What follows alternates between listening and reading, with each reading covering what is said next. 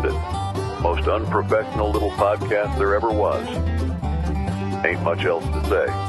Just sit back, sip on some whiskey, and be entertained. Because the Whiskey Bros are about to make love to your ears. If the music is on, the recording is happening. Huh? I'm not getting anything. Huh? Too bad. He lies.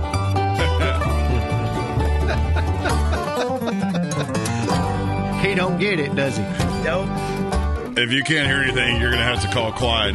Tell him to get his ass in here and do his job. Turn your headphones on. He didn't even show up today. He never shows up. He's always not in this room. He's here, but not in this room. What do you mean he didn't show up? Are you serious? He's not here? He's not here. He's not here, yes. He said he was doing it all remote from his phone. He's always remote. So how the hell is he supposed to fix technical issues if he's not here? I don't know. He said I don't have to be there. He just texts us and we do it. I don't have to be there. You didn't rein this fucker in. This was your idea to bring him on board. Yeah, I just brought him. You signed the contract. Now, so we all signed the contract.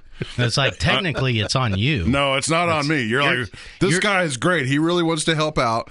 He wants to produce the show. He's going to help out with any electronic things that go wrong on the spot. And he's not even here. He's working remote. You can't bitch about him because you went along with it. Like your signature's on the So is page. it a blue healer or a golden lab? Yeah, he's kind of a... He's kind of golden. Yeah. Yeah. Handicap golden. Yeah. I guess he is. He just texted me. He was like, "Don't talk about me." Too late. Too late. Clyde. Okay. He's here. He's always somewhere. here. So your headphones are working now? Yeah, they're working. Look at that magic. Mm-hmm. Yeah. Just bash Clyde a little bit and it goes on. Hey, welcome. Enough bashing of the producer. Of Clyde, bro. Also, screw him. What's up, Monty? Oh, absolutely wonderful day. Why don't you introduce yourself? Well, Monty Mother Effin' Caraway. Are those your two middle initials? well, you know what? It's crazy that it's actually it's Albert Monroe Caraway, but I go by Monty, and because my grandfather's name was Monroe, and then so they just started calling me Monty. My dad's name was Albert Simeon Caraway, so they called him Bert, called me Monty. Oh, wow. And the rest is history. And it's still going on. Still going. I've never known an Albert. Well, now you do. I know. That's cool. You know, that's kind of Spanish, isn't it? Yeah, You know, I think so. Alberto.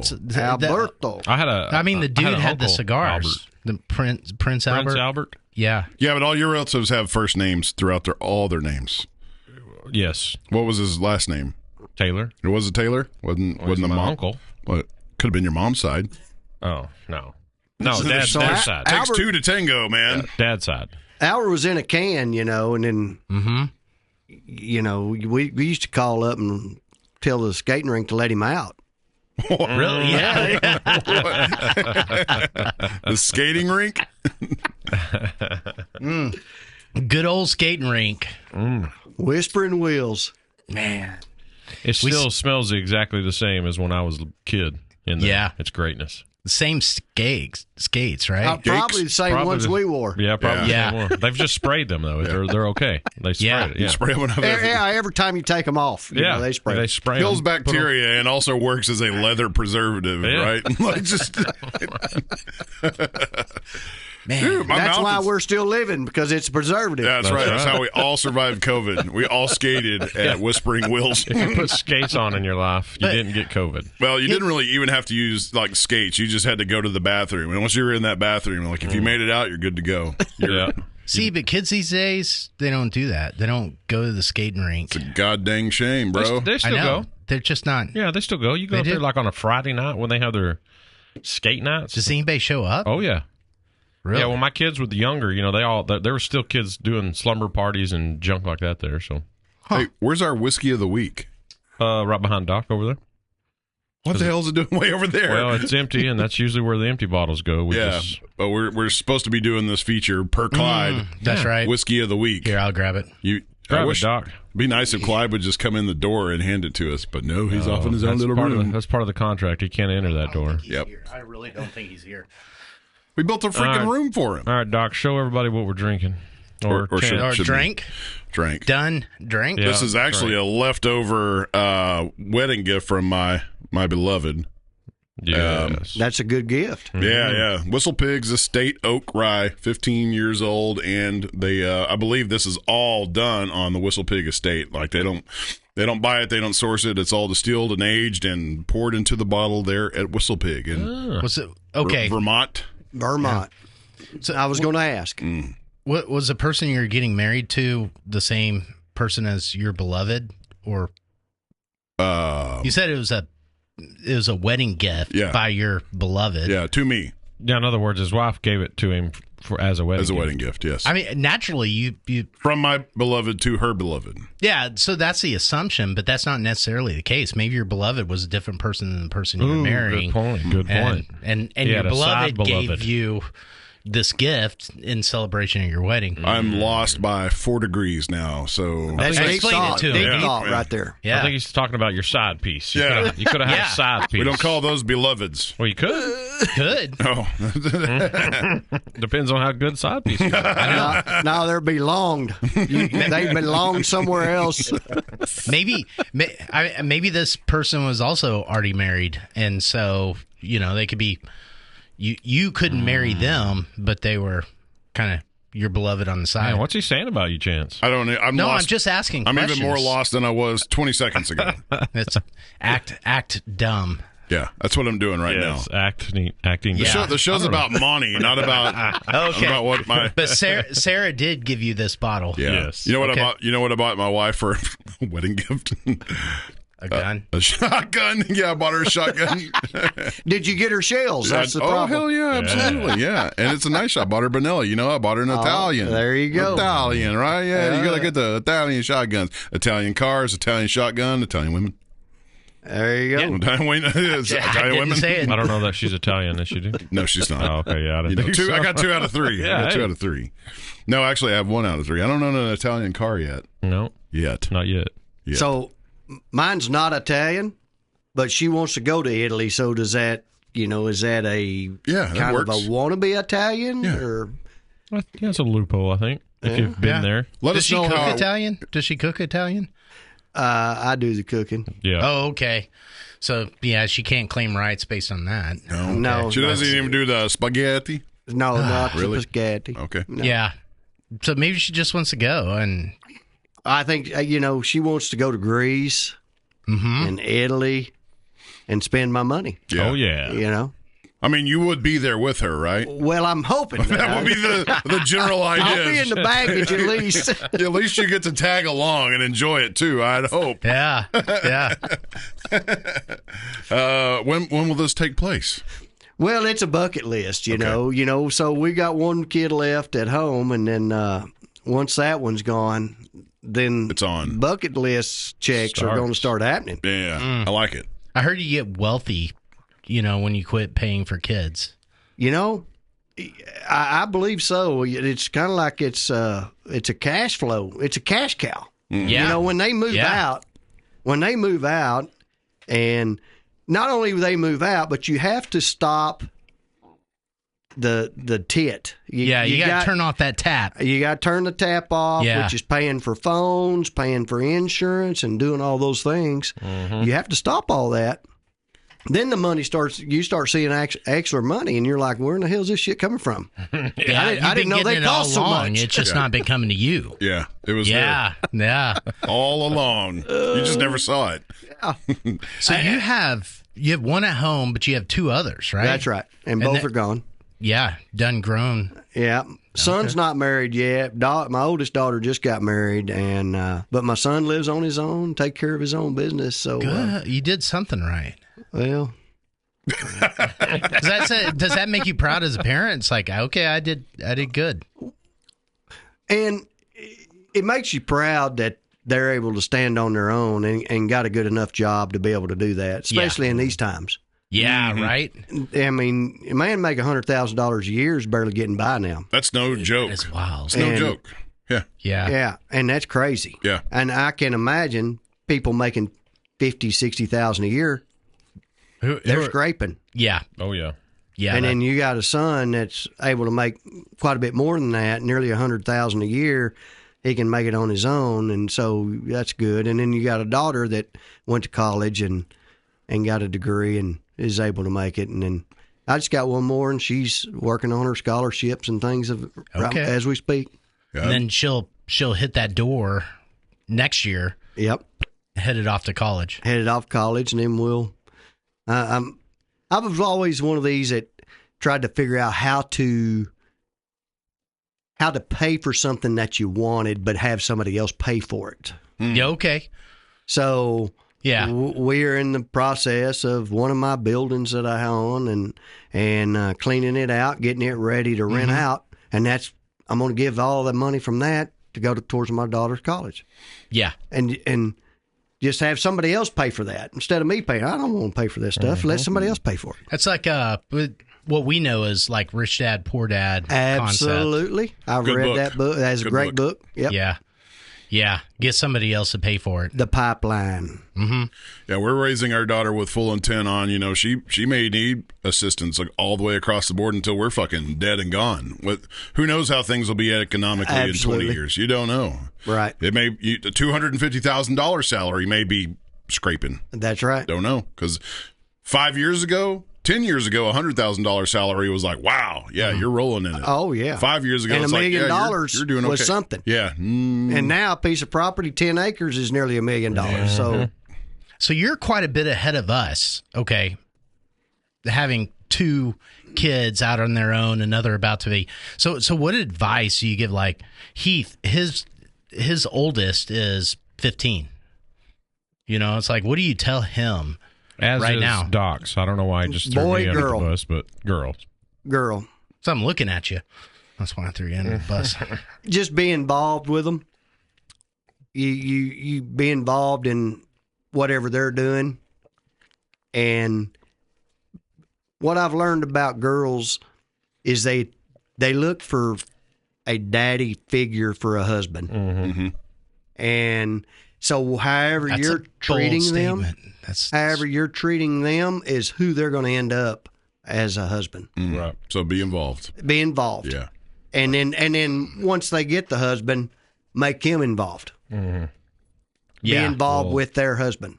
Off that scenario, Yep. my daughters are going to find one badass mofo. That's all I can say. Or they're going to find somebody or a that just cocky son of a bitch. that just shit talks you He's the just rest of your chalking that eternity. up right there. isn't he? Good luck. Good luck finding that guy.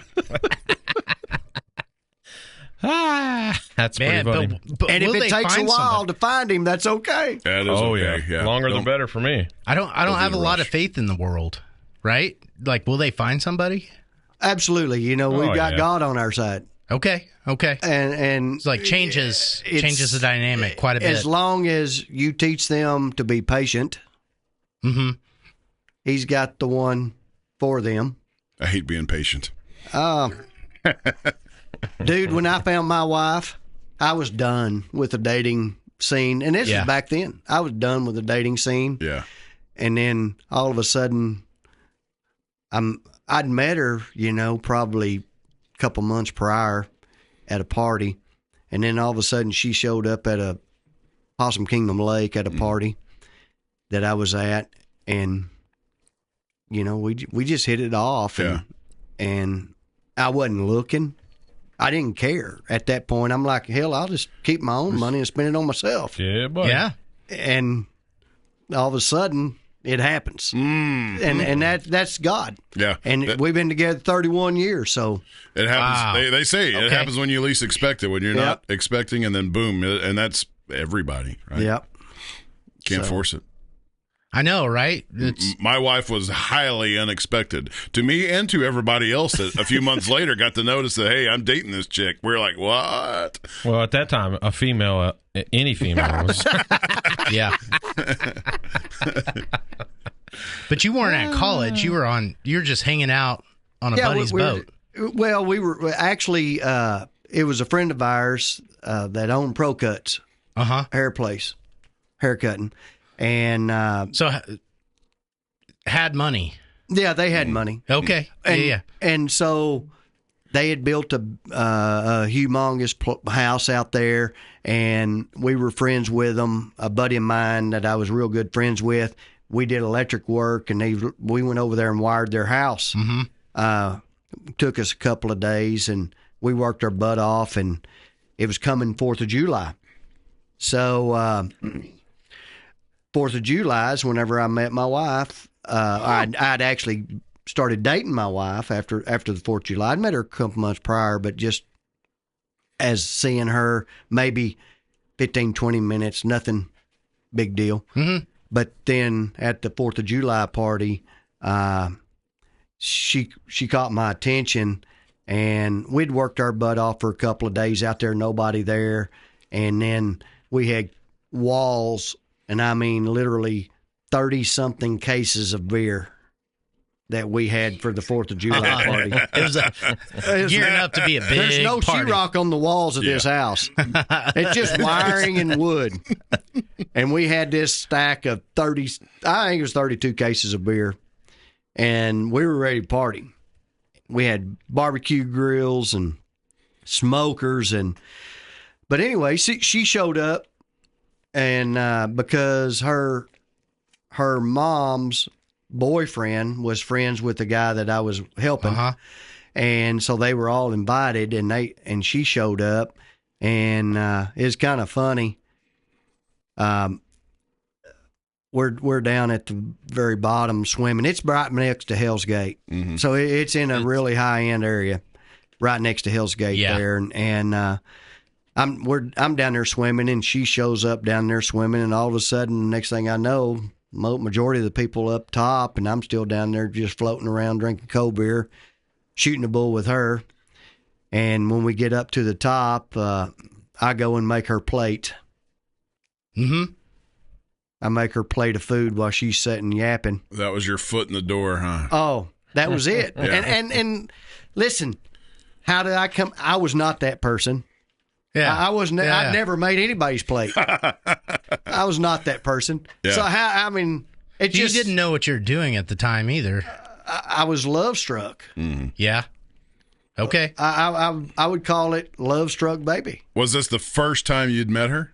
No, I'd met her a couple months prior, but not only for a few minutes. Yeah. But after maybe spending those 45 minutes or so down there floating, just yakking by ourselves, I became love struck. Love struck baby. I think there's a song like that, huh? Yeah, there's some sort of song. Yeah. I think it's by AC/DC or somebody. But did you know it at the time? Nugent, maybe? Like, did you know it at the time? Like, okay, you're making this lady's food. You know, I it's knew. like making her She's plate. the one. Okay. I knew it. So be my wife. Yeah, I knew it. And then here's what's funny. Probably 6 months later, so when I met her, she's in college, working her butt off at Foley's, and driving a car that used more oil than gas. And I had more money than I could spend. You know, I was making $10.75 an hour.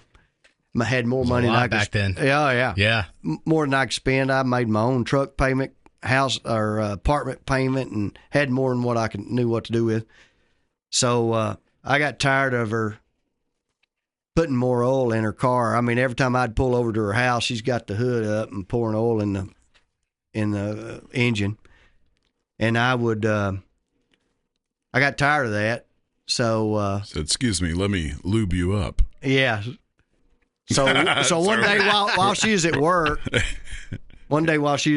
I went over off Davis Boulevard, which was next to Foley's there, and I drove by and saw a Honda Accord sitting over there, $3,500. I wheeled in there, and I gave the guy cash money. I said, "Here, I'm going to pay you $3,500. I'll be back in a little bit." He said, "All right." So when she got off work, I went and picked her up. Of course, you know, heck, that wasn't maybe a mile from Foley's where this little place was, and I picked her up. Are you talking like North Hills Mall or Northeast Mall? Northeast Mall.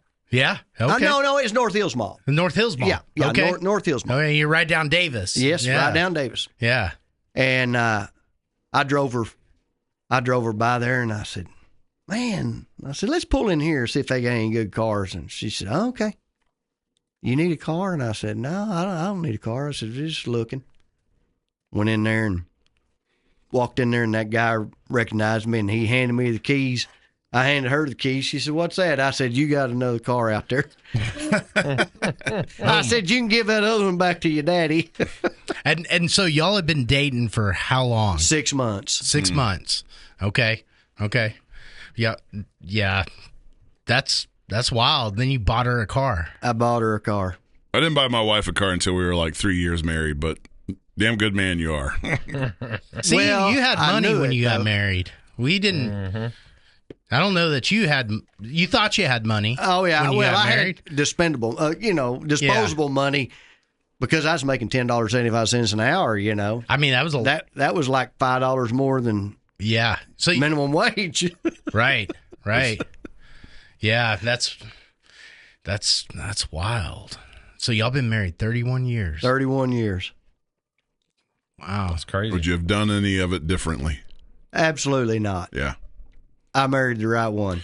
That's fantastic, man. It's a really nice story to hear in a role model way for the rest of us that are only 5 years in. Well, So- and things. It's kind of funny how where this is all turned today. Mm-hmm. I owned a business, and we went through some humongous financial trials. Mm-hmm.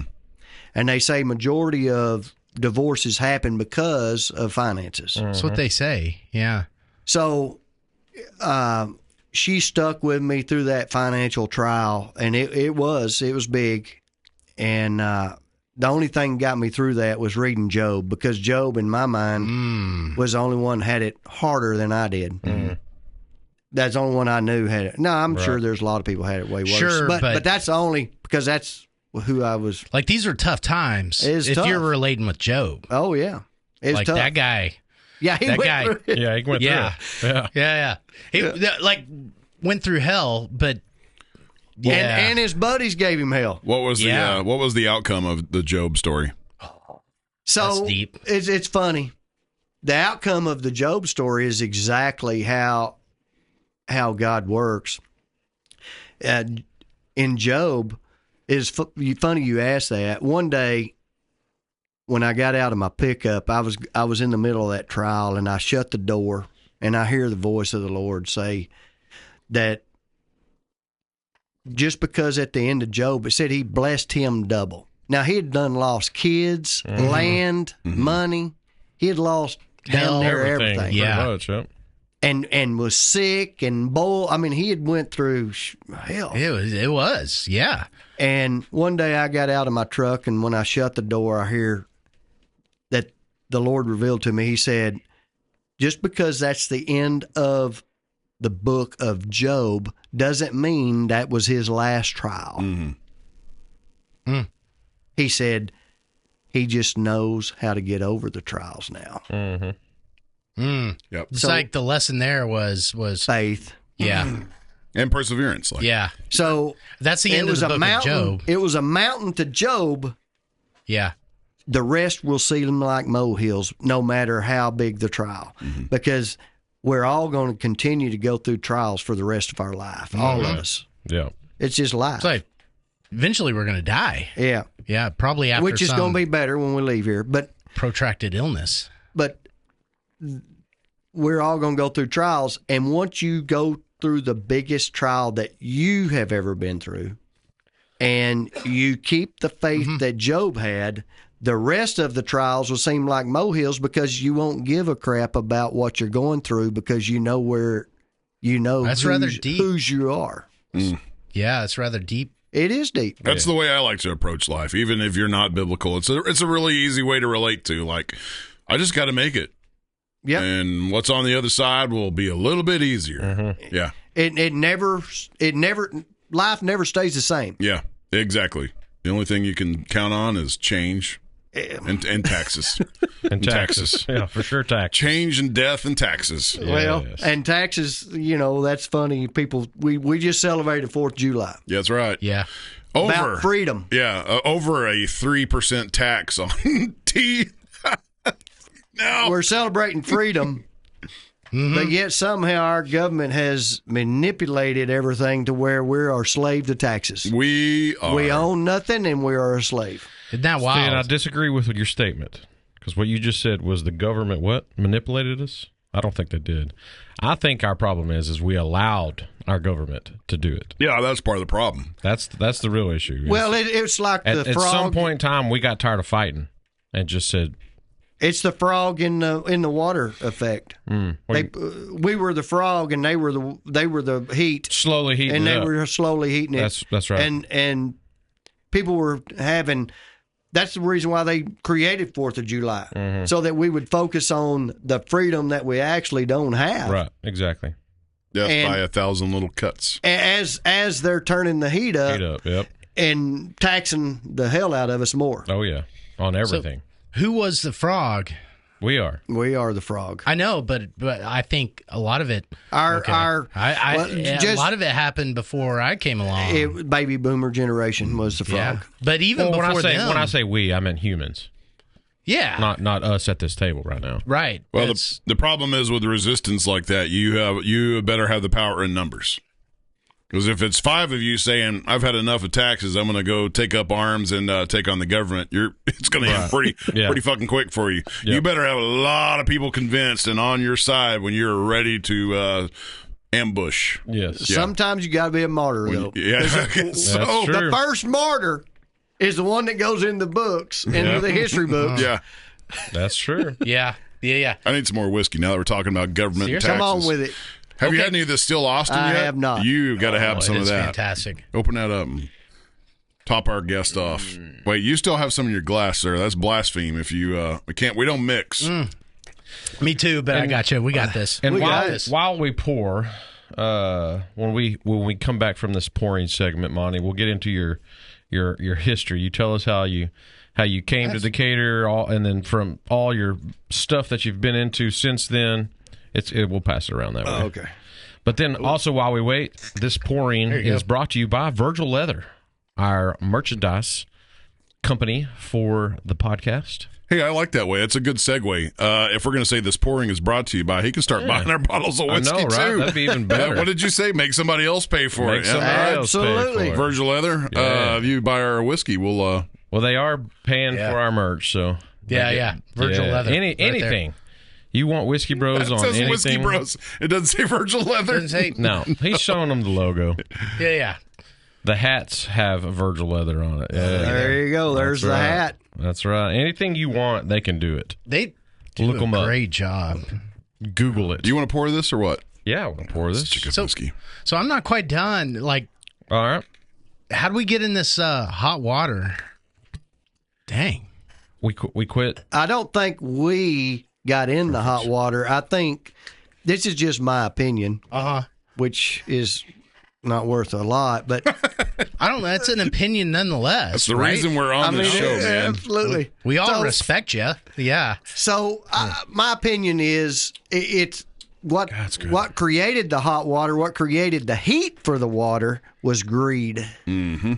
And so when our government officials began to see that after the war, when they had created the tax to be able to pay for the war, The Second World War. and how easy that the people were manipulated to fall into that.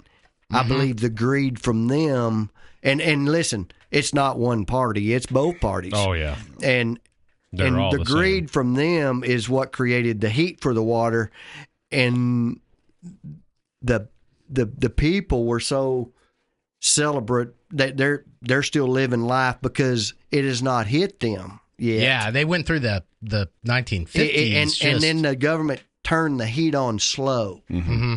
So it was a slow burn. So what you're saying, after the Second World War happened, This was hold on. Let's backtrack because it wasn't Second World War. It was 1913, right? Was that okay. So that was the first. That's Well, when the build up. That's when income tax was implemented.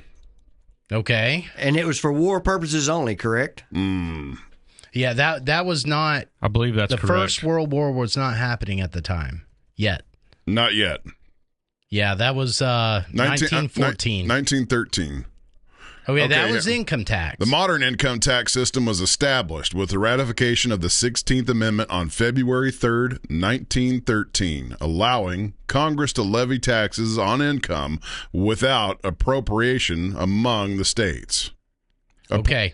No, that's But not. I don't think that's what Monty's talking about. He's talking about the mechanisms that caused it to ramp up to what it is now. Medicare. Oh yeah. Oh, absolutely, all that. The Social Security. Mm-hmm. Yeah, which happened after the Depression, Great Depression. Right. What's that sound? Is that the helicopter? Are they coming for us? I think the wives are out riding around on the four-wheelers. Oh, okay. Yeah. Okay. This Don't worry. helicopters. I don't think it's black. We're I don't talking think it's about this. black helicopters. Not Yeah. the helicopters. They're coming for us. Yeah, it's not the helicopters again. Paranoid Like, over oh, here. shit. Like, shut it down. Is it ice? I thought we were If it's screwed. ice, we'll put them in our drink. That's right. Can't talk about this on air. They'll come don't know. after you. It wouldn't be the first time they kicked the door down. Clyde does have brown skin. We can Yeah. give that away. So they may be after his ass. But okay, so at some point, and it's still going. You hear it? Yeah, I'm over it. Though. Do you hear it? I don't Hear hear the it, but helicopters? All the thing I can them. hear is you not talking. Yeah. Okay, at some point, like, what are you talking about? Like after World War II, the Cold War era, then that's whenever the government got greedy, whenever people got stupid. What's the? I think it was the politicians themselves. They began to learn how to manipulate the people. Yeah. Okay. And unfortunately, in my opinion, I believe it was a certain party that began to learn that. Democratic. I'm not. That's not the same Democratic Party as today. Obviously, even It's not. But they begin to learn. They begin to learn how to use other sources to feed their. I don't know how to explain it, but anyway, to feed their manipulative. Yeah. Maybe? Okay, Yeah, I got you.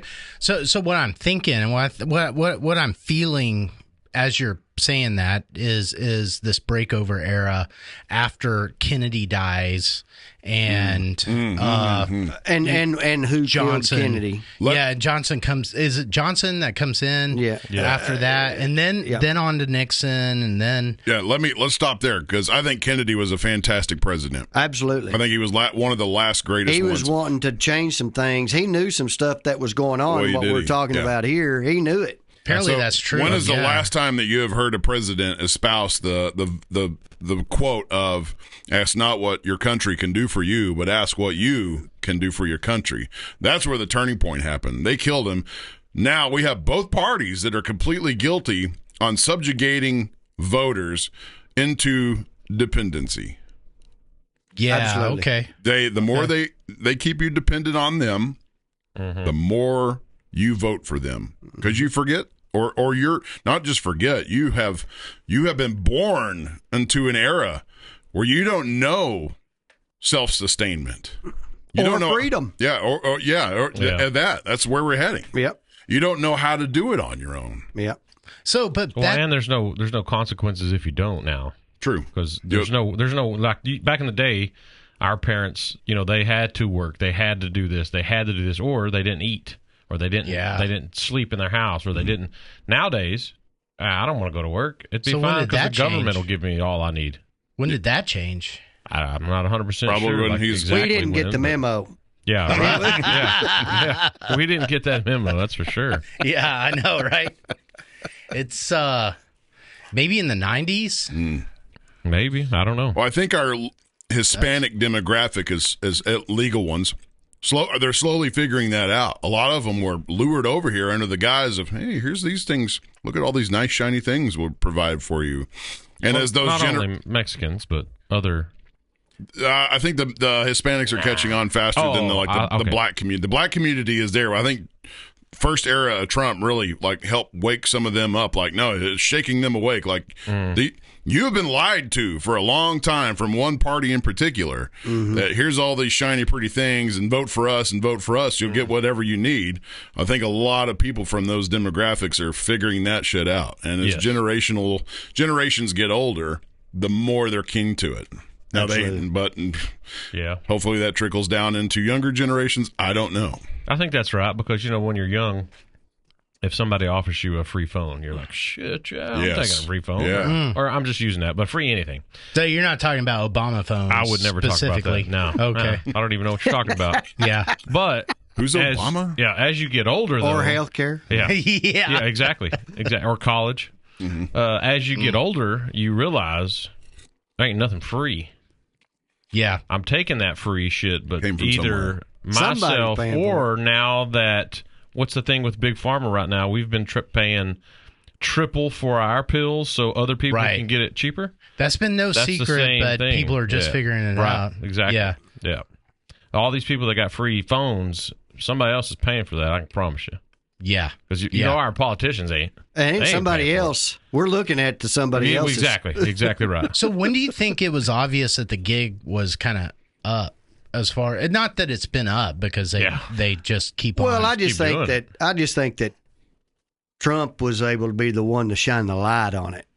Yeah. I mean, I agree. Because he had the balls to do it. Well, so I agree that he did shine a light on it, but I'm not in agreement that anything's going to come from it. Because look at all the Doge stuff. I'm almost to the point of where you're at because I had high hopes, and then those hopes are slowly dwindling. Yeah. But it's not over yet. Right. It's not over. But for instance, like the Doge, all that stuff that came out about Doge.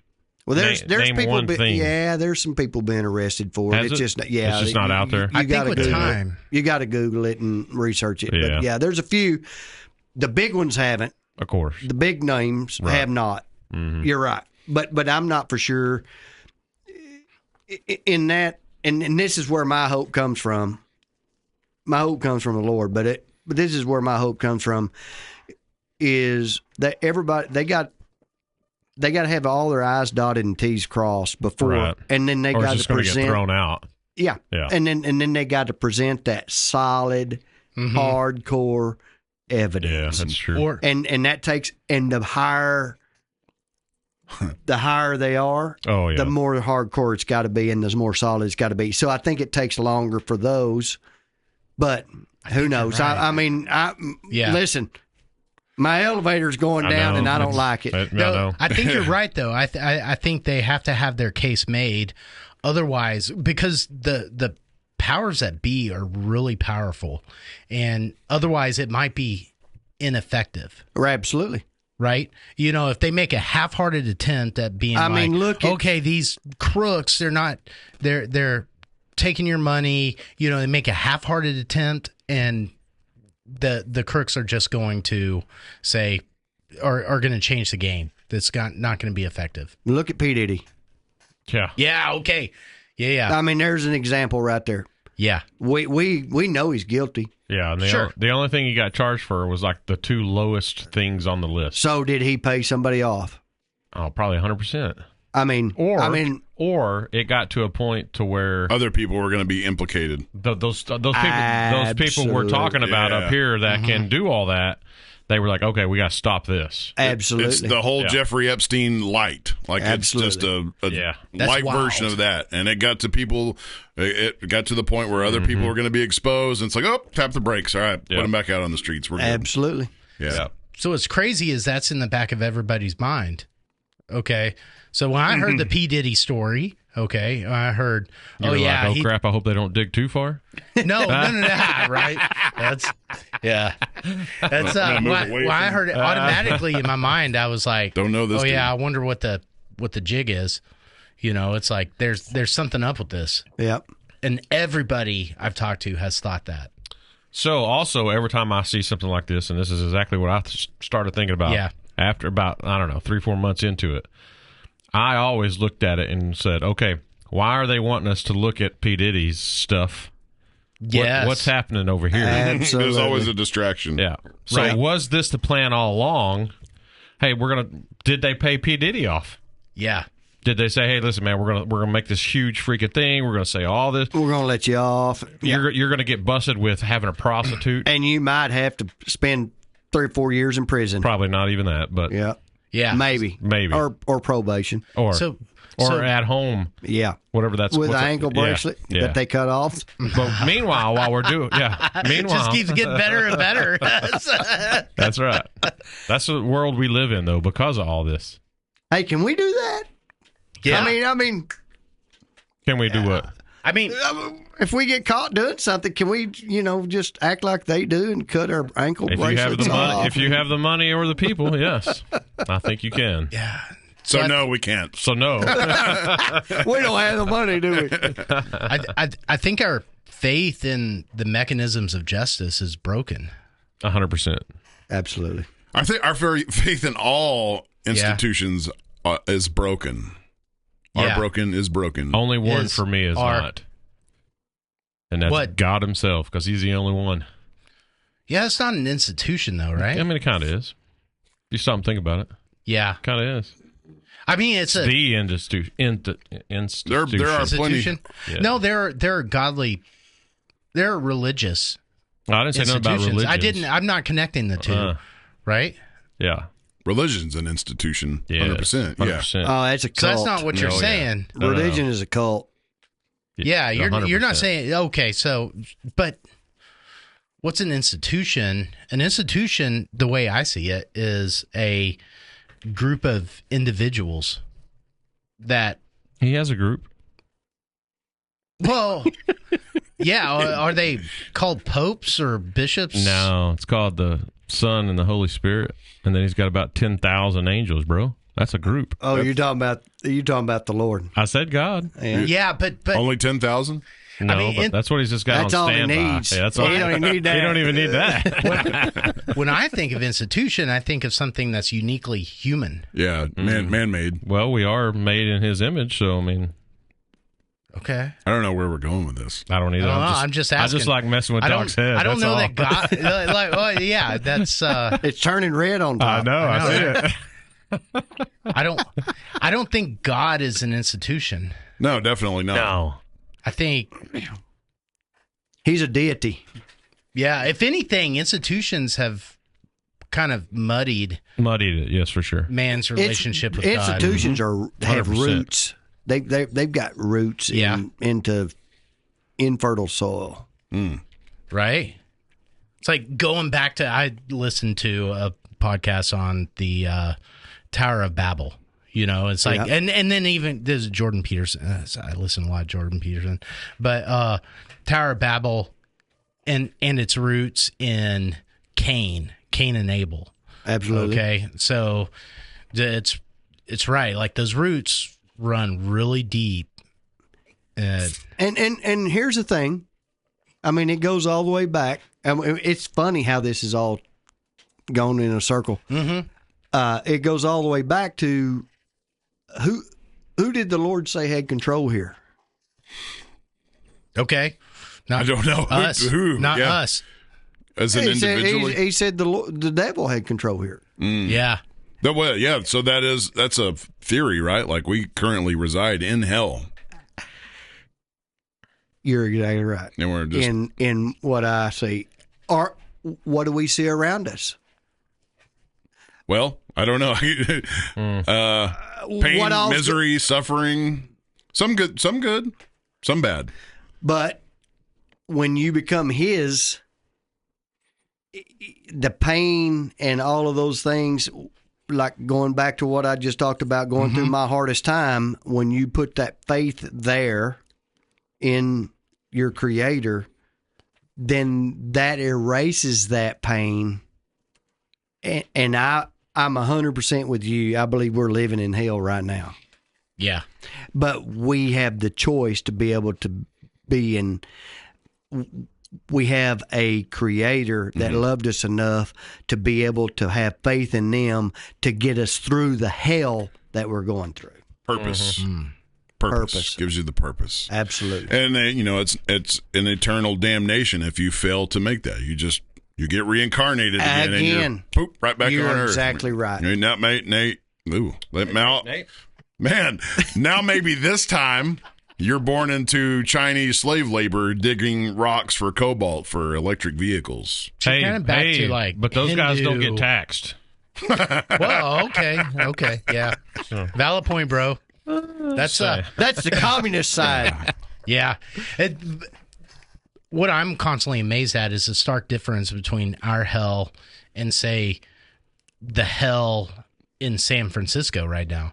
You know, I watch videos of people on the street in San Francisco, and I think it talks about layers of hell, don't it? Like deeper layers of hell. So maybe right. Texas is just the top.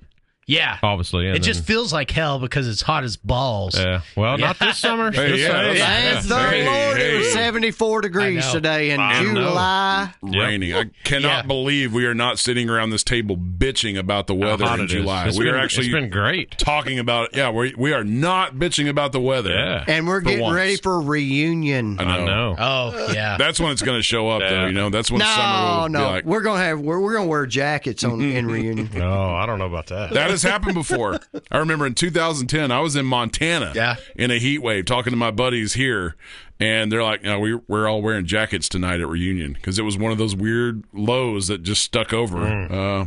So, yeah, it's happened. That. Yeah. 2010, because I was in Montana going, yeah, I'm up here sweating, and there's no air conditioning up there, right? Right, because they're not used to that. They don't need it. And Just everybody air down here is like, we're in jackets. But our nice weather right now has meant other parts of Texas is suffering immensely. Pretty bad with the rain. circumstances. I know. Have you that seen flooding is no freaking joke, right? It's made me somber. I've been a somber couple days. Yeah, It's bad. it is crazy. I've been watching some videos of that. There again, my faith and hope in the Lord, they're in a better place. Yeah. Oh God, yeah. But not the parents of them. No. There are people that get stuck here that suffer because of the loss. So everybody, I believe, in my opinion, I believe everybody has to go through their highest point of hell. Mm-hmm. Whether it be family hell, financial hell, whatever hell, health hell, I believe everybody has to go through that. Okay. To guide you back towards your maker. Mm-hmm. It's Amen. Everybody's got to go through it. I believe everybody. I don't want to mince your point. Your point is everybody's got to go through it. I believe everybody has to go through it. Yeah. Do you know it? Do you know as you're going through it that is your hell? Probably I believe like you it. do. I don't believe you know it until here's what I realized. So once I went through that tough time, and then whenever I began to come out of that tough time, then that's when when the Lord revealed to me about Job that was not his last trial. It was the one where he learned to overcome the rest of his trials. Mm-hmm. And I believe we all come to a point in our lives where we know how to overcome the rest of our trials, whatever the trial may be. It's a pretty deep lesson. That's why it is deep lesson. You never utter the phrase while you're going through hell. You never utter the phrase of, gee, how much worse can it get? No, you don't do this. Because he'll show you. You're going to have a slap upside the head. Yeah. It'll get worse. Oh, absolutely.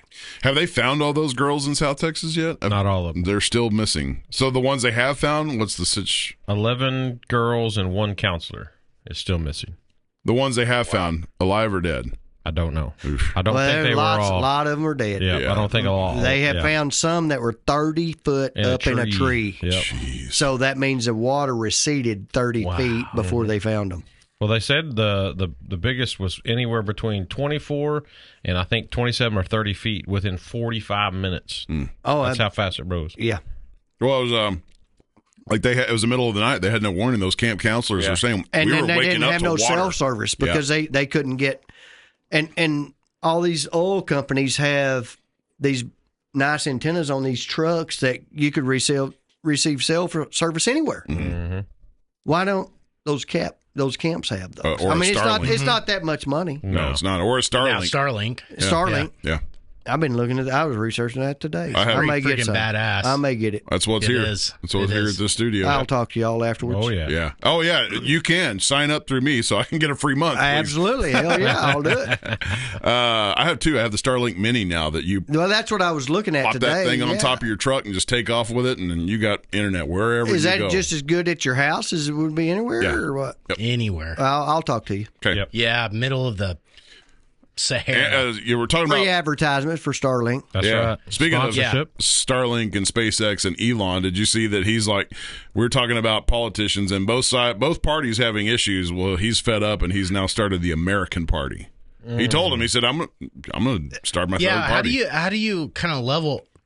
How do you make sense of that whole break of Elon and Trump? Yeah, You mom think- and dad, I don't know. Mom and dad are fighting again. It's patience. Yeah. We Yeah. just got to have patience, and then see through patience we'll see the truth. Okay. Well, the biggest thing Over I think time. is, Over is time. Elon thought maybe Trump wasn't going to, his big beautiful bill wasn't going to charge him $1 trillion on his. You think car that was shit, part and of it? Elon was like, 100%. He was getting subsidies. Really? Yeah. 100%. so that says Elon's a It's not. rather It's not maybe Hypocritical? maybe not as big hypocritical of a patriot. motherfucker. Because his big thing was Yeah. I don't care about any of those people. We should be patriots. Until that turned on him a little bit. Is what it Yeah, looks it like. sounds hypocritical. A little bit. But I I thought don't he had know if that's also 100% made, Yeah, true, I got but, you. I yeah. got you. I get what you're saying. I thought there. he had also made the know. statements of, I don't need the subsidies. My cars are Exactly. selling. We're still making them. Yeah. I encourage competition. I hope that other people can get in the game. So I It's don't, easy to sit there and say it until it's a real all of deal. a sudden it's like, oh, crap, he's Yeah. he's for real. Mm-hmm. But I don't know. But that's a problem with it. Nobody will ever know. We don't have a clue. Yeah, right. Not a Yeah, and maybe Elon's We're just the little guys. a little bit of a fucker. Could be. Yeah, I've heard that. I think Yeah. patience is a virtue. On Oh, this yeah. one. There you go. Very Yeah, much. we'll see You're what right. happens. It's just He may be a little fucker, but all of those people are. All of them. They're all douchebags. I guarantee you it in some way or another. Yes. Money define changes those people. Money Yeah. changes people. Billionaires or all Okay, the up to people with money. Yeah. People with loads loads and loads of money. And influence and power. Okay. Yes. Yeah, Which usually comes with loads of money. probably. And Yeah. that's all through the Bible. Yeah, for that's sure. true. Yep. Was there ever a person with money that was not? It's like, where's the model of how you not become corrupt because of power, money, influence? You get assassinated in a convertible in Dallas. Oh, yeah. Okay, that's interesting. But we don't know. He could have been the most corrupt dude out there. We don't know. We don't Could've actually been. know that. No. Nobody does. Name the most, I don't know, Jesus-like perfect person you could think of. The Pope? Oh, Lord, okay. No. I No. wouldn't Well, no, that's what I'm saying. No. That's what I'm I saying. don't even know who the Pope is right There's now. a billion He's a people that think he is, Chicagan. though. Really? There's a lot of people that think he is the most perfect It's true. person. So you go into like the most recent. You're looking at like Martin Luther King Jr., Gandhi. Why do you say that, though? That's just people you think are supposedly so... Well, Who but they didn't says have that? a lot of money. That's the thing. Yeah. Yeah, they didn't. And money corrupts. I'm just Yeah. saying, money corrupts. And if we was to ever come into money, that's why I believe it's about benevolence. You've got to give a lot of that stuff away. You got to give it away. Yeah. Otherwise, I would, Monty. I would give it away. If I came in a Listen, boatload of money, I would buy my own island and give that money to whoever owned it. Before I would give it to him, Monty. you'd set up a trust fund like I would. Yeah. And then you'd get out of that trust fund, and your kids would get out of that trust fund forever. Oh, yeah. But the bad thing is, what you'll see is you'll get your kids bickering because Oh, yeah. of this and that. And, yeah, I've seen it. I've got friends That's right. that's came into money, and it's a shame how that happens. It's But a it shame. nearly always happens. It corrupts. Mm-hmm. Yeah. 100%. It corrupts. Even though we all want the best for our kids. Oh, and sure. we want them to not have to want. Yeah. Or need. But- yeah, I got you. Let me ask you this. So we are children of the King, and our King is the reason how we make our money to begin with. Mm-hmm. So what he wants us to do is ask how we spend it, or ask what we do with it. How do you handle it? How do you handle it? Mm-hmm. He wants us to ask that, and when we obey that, it'll come natural to us. Yeah. The obedience comes natural after asking, and then we don't get caught up into the. I found that out with aging comes a little bit of wisdom of paying attention to the doors that are open, not forcing open the doors that are there, but paying attention to the ones that are open, leading you, absolutely on your way. And there's things like what just recently happened down there and on the floods. We want to have the money to just pour into that. Mm-hmm. Yeah. But God's in control. We can't pour into everything, and we can't give everything we own or have and take away from our kids. We might make it worse. We might make the situation worse by pouring into it. Absolutely. It could make places worse, like building Alligator or Alcatraz. No, it's like that's good. That's making it better. What do you mean? Yeah. Yeah, that's making it better. It's so I Can think we build one here? Yeah, right. What made San Francisco what it is now, or Portland, Oregon, L.A. It's like people were pouring into it beforehand. Absolutely. It's like And just turning a blind eye. No. They were like, okay, let's put these people up in hotel rooms. Yeah, these decisions were made by public money. These decisions were made by people that weren't living in that immediate area. They are detached from it. They're making policy, and they're not making policy for their neighborhoods, for their subdivisions, for their gated entry communities. They're making policy for downtown urban areas that they don't have to go to. Yeah, they're not a part of. Did the people who were making the policy at the time feel righteous about the decisions that they were making? Probably. 100% white guilt. Oh. Mm-hmm. Yeah, that's what encourages it. That becomes like a fueled wildfire, right? It's like, absolutely. Add some white guilt to it, and then be like, okay, y'all correct this with how you spend money. Yeah. Yeah, pretty much. I don't know where I'm going with that, but valid point. It's normal. Valid point. Yeah. It's funny the swirl we've swirled around today. Yeah. I mean, I believe a community should help take care of their less fortunate, but there should also be boundaries. Mm-hmm. Drug test. I mean, there should be standards, right? Yes. Yeah. So what standard would you develop? I would develop a standard that says seek gainful employment or seek employment, period. No drugs. Yeah, to get any government money, you have to show them weekly applications that you've turned in. You have to show them weekly drug tests. First and foremost, you have to show them that you're actually a citizen of this state of America. Otherwise, Alligator Alcatraz. Otherwise, sorry about your luck. Okay. So I had a nephew that who was very poor, knew a wife and a new kid, and came from his dad was a very bad drug addict, thief, and all that.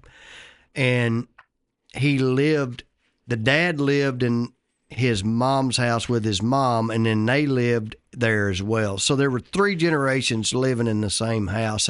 And I wanted to help take him out of that environment because I had I had to be able to do it. So we helped them get into some government assistance departments because they didn't have any money. And then I helped them get a job. Okay. What I learned through that was when I would go by to pick him up for that job. I mean, I actually quit the job where I was working and went to work somewhere else so that I could get him on and get him into that job. Yeah. So it was a sacrifice. Out of an open heart. I have an open heart Yeah. and a sacrifice. got him to the job. First 3 or 4 days, I'd pull up to pick him up in the truck, happy to have the job. 5th day, knocking on the door. Oh, I'm sick. Mm-hmm. Yeah. 6th day, I can't make it come in. What I learned is if somebody doesn't want it, they won't seek it. Mm-hmm. Right. If you want it for them more than they want it, it will never happen. Right. Well, if you make it, and that's the problem is we want it for people more than what they want it. Yeah. Let them suffer. Yeah. Well, So what did you want in that situation? I wanted him to be able to support his family. Mm-hmm. Why? It's because it makes you feel like a man. Okay. Like helping somebody like bootstrap themselves. Well, not just helping them. No, what makes you feel like a man is supporting your family. Mm-hmm. And if you've got something extra, try to help somebody else. But if they don't have the initiative to help themselves, You can't do nothing. you will throw money in a dark hole. yeah. Amen. Mm-hmm. Amen. And Yeah. that's what they've done in California. That's what they've done That's what across our the government's whole, done. Yeah, it's the not whole just damn California, continent. yeah. Absolutely. Across the whole damn world. It's been too Absolutely. easy to not suffer. Oh, you're suffering a little bit. Okay, we'll take care of you. So you've given people reason they don't have to suffer, then they won't. Right. But they will. But that's what I meant by the government help is it shouldn't be as easy. Like it should be a task to get And a that's check one from of the things he government. passed here. So if you're It should be easier to here go recently- get an actual job than get it money. is. Yes. Like it should be. You can't get a government assistance if you don't have a job. Yeah. If you got a job working part time, we're going to help you the rest of the time. That's why I but said at it least should you be got harder. a freaking job. yeah. You should go. Yeah. Trump is smart as shit. That's all I'm telling you. All of this to get free Alligator money. Alcatraz. Yes. Well, that wasn't even him. It So wasn't what is him, that? but it's still. I don't know alligator That's Alcatraz. Florida.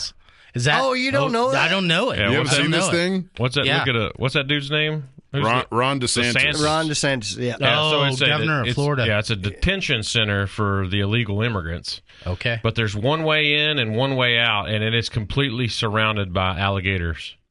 It's in the swamps. It's built in the swamp. And they built the sucker in, 8 days? Yeah, there's an airstrip that because they bus them in, they figure out where they need to go back to. In July They get the plane and fly them home. Hopefully it's half the yeah. people in Washington they're flying in there. But anyway. Yeah, they know. Be on the joke. screen. 2025, a new immigration detention center opened in Florida. Well, that's a Its official name, terrible. Alligator Alcatraz. Why is this so? The facility There is we go. located That's deep better. inside the This Big is a Cypress swamp, National bro. Preserve near Okeechobee, Florida, one of the most remote parts of the Everglades. It's built on the grounds of the former Dade Collier Training and Transition Airport. Construction of Alligator Alcatraz began in late June 2025 and was completed in just 8 days. 8 days? I thought it was 8 months. It's 8 days. Oh, my God. To fast-track the project. It was designed to house up to 5,000 detainees as part of a larger mass deportation plan coordinated with federal authorities. On July 1st, 2025, President Donald Trump, Governor DeSantis, and Department of Homeland Security Secretary Kristi Noem toured the site. President Donald Trump praised the project, saying it might be even better than the original Alcatraz. The first group of detainees arrived overnight on July 3rd, 2025, according to multiple news outlets. Detainees are flown in and transported under armed supervision. The facility earned the nickname Alligator Alcatraz, not just for its remote location, but also for being surrounded by natural predators, alligators and Burmese pythons, effectively cutting off any possibility of escape. Officials have embraced the name, even selling branded I will merchandise have to give me on a site. shirt. Absolutely. Is highly unsafe. Environmental experts say the Everglades are vulnerable to flooding, Hello, Virgil. mosquito-borne Yep. illnesses, Yeah, and Virgil, hurricane make some damage. shirts. The site is also near indigenous sacred lands. The But see, that's- Miccosukee yeah, and see, look at Seminole this. tribes It's- have condemned the construction and filed lawsuits over a lack of environmental review. Oh my God! Human I rights was going to find groups something to and whine about. lawmakers Oh, have- Basically, if Heath ever went to Alligator Alcatraz, he would never escape. I would never leave. They wouldn't even have to put me in a goddamn pen. They just shut the door.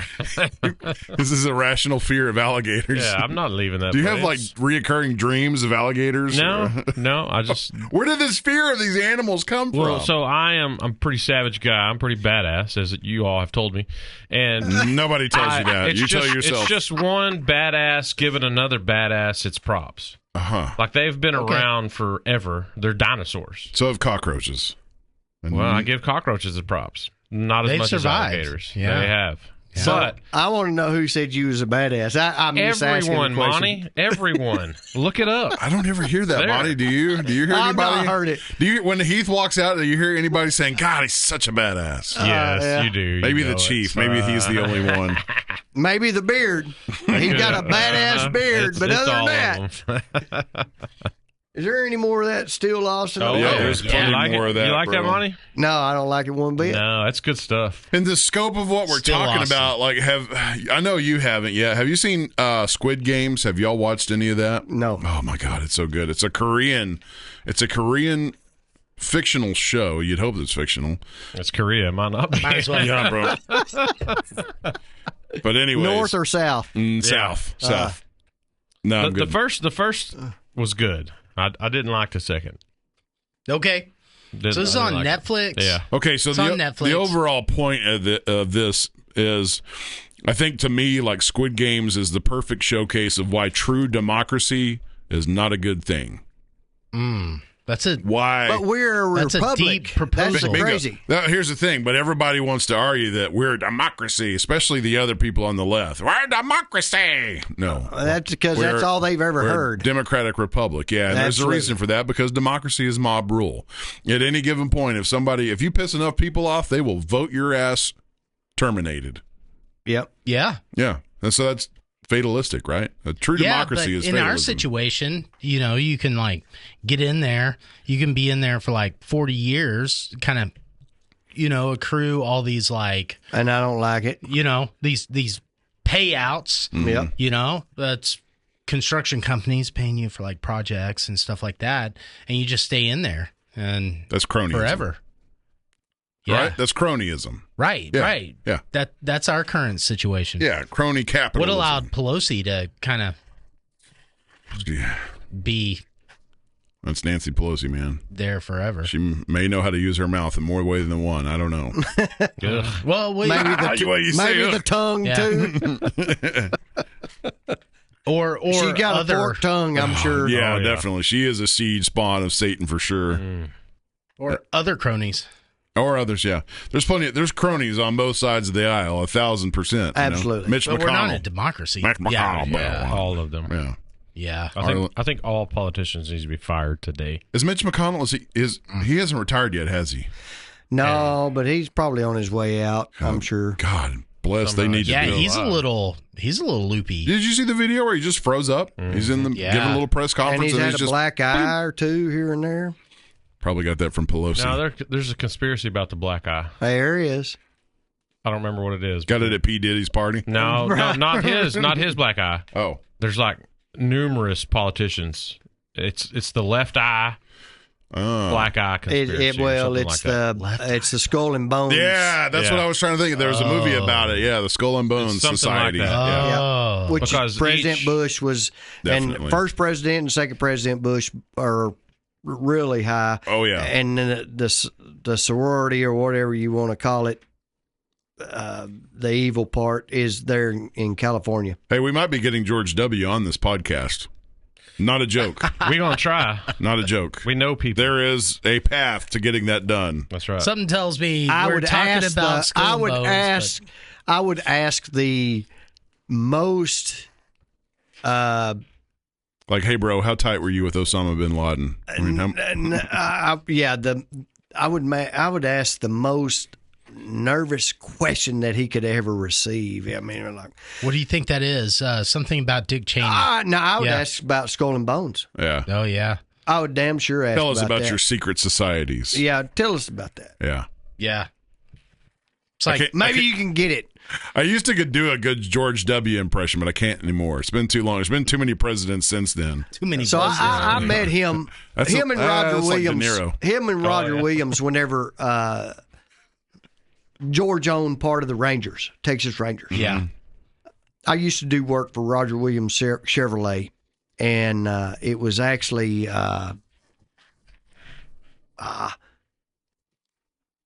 he owns he's a senator, and he owns William Dodge in Weatherford. But anyway, they were best buds, and George Bush, whenever he was a governor here, came to their place, and I was doing some work there.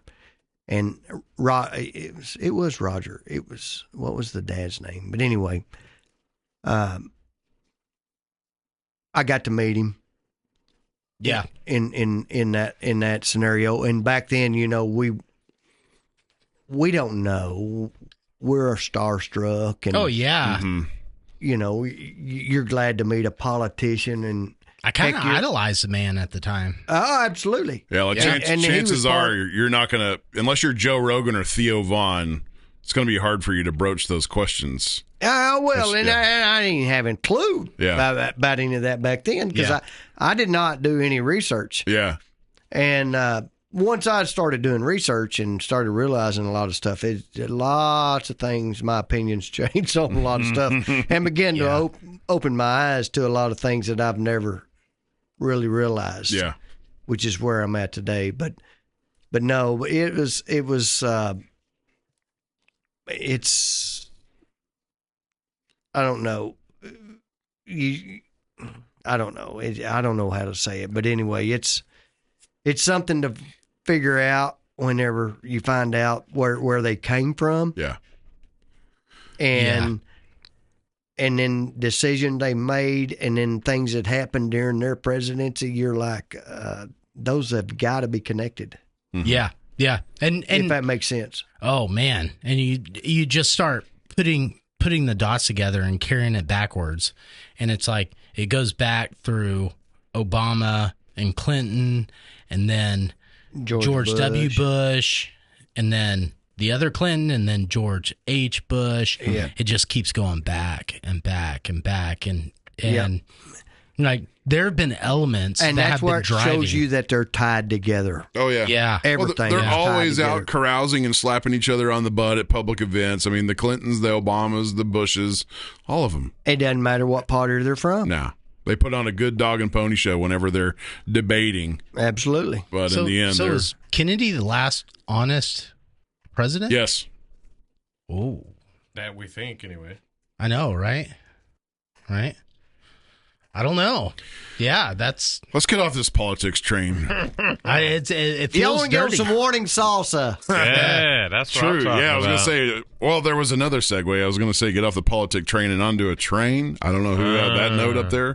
Somebody in this studio may know a lot about trains. I'm just saying. Well, Huh? I mean, what kind of train you talking?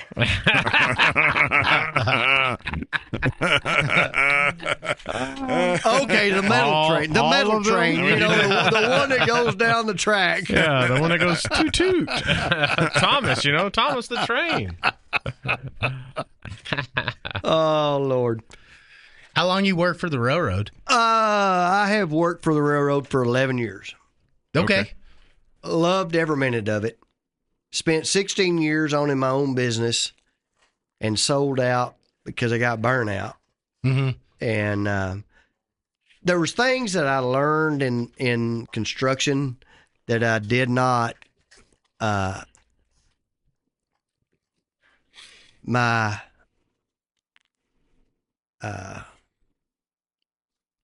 don't know how you say it, but anyway, I couldn't do some of the things that they were. It's like asking. business was not necessarily clean. It's most not of the clean. time. It's not. Yeah. Yeah.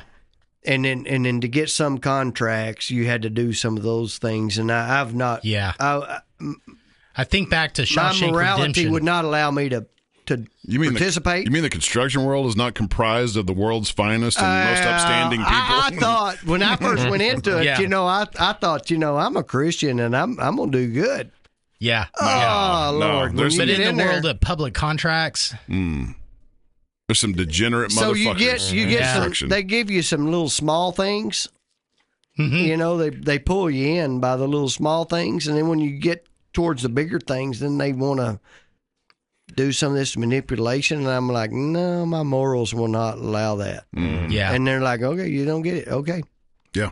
And I got burnt out on that because it's not who I am, not how I was raised. Sure. And so I got burnt out on that and sold the business and went to work for the railroad. And when I went to work for the railroad, it was like vacation because I wasn't worried about payroll. I wasn't worried about how much money's coming in. I wasn't worried about what I was receiving. I mean, it was just a lot of worries that were gone, and it was like vacation. Mm-hmm. And so even though it's hard work, I never back down from hard work. It's only hard work for a little bit. It's not like it's all day. Yeah. And because there's trains running, and when you got to get out there on the track, there's no trains running, so you only get a little short time out there. And you got to do a little work, and you work your ass off for a little bit, and then you may get an hour's rest, or maybe 2 hours rest between the next time you get out there. So hell, it's like vacation to me. Mm-hmm. And then you get these kids that are coming in from the military, and they get out there, and they're starting off at $70,000 a year. This is 11 years ago. Yeah. Starting off at $70,000 a year, and they're like, I don't like this. You're like, you're making $70,000 a year. What do you not like about it? How can you not like this? You have worked maybe 2 hours a day. You're getting paid for 8 or 10, so what's the deal? The end of the day comes, you're able to turn it off, go home. Or to the hotel, and then they go and buy you a meal. Yeah. And everything's paid for, and you're like... It's pretty good. It's like the government assistance. Yeah. Yeah. Except you're working for it. Yeah. You're working for it. That's a deep truth right there. And then I'm like, what in the hell? Why are y'all... They're like 23, 24 years old, wet behind the ears, come out of the military. I'm going to get me a better... Okay. Listen... I own the business, and I ain't ever found nothing better than this right here. Don't bite the hand that feeds, man. So, right. But anyway, so yeah, I've been there for 11 years. I love it. I love it. It's got its own stuff, but you got to look past all that stuff. Yeah, everything's you got to look past all that. My territory is way heavy. I do way more tests than anybody else. And yes, I'm overworked and all this, and I'm not whining about it. It's just reality. Mm-hmm. Things will change because I brought it up, and because things changed on my territory that made it that way. And then we got new managers and new stuff, and then I have to bring that up to them to show them, hey, here's where I'm at, and it's dragging me down, it's affecting my health, and it's doing all these different things. You reveal that to them, and then they go back and look at all the regular stuff, and then they say, oh, yeah, well, you're right. So, I mean, everything takes time. Yeah. Everything takes time. I love it.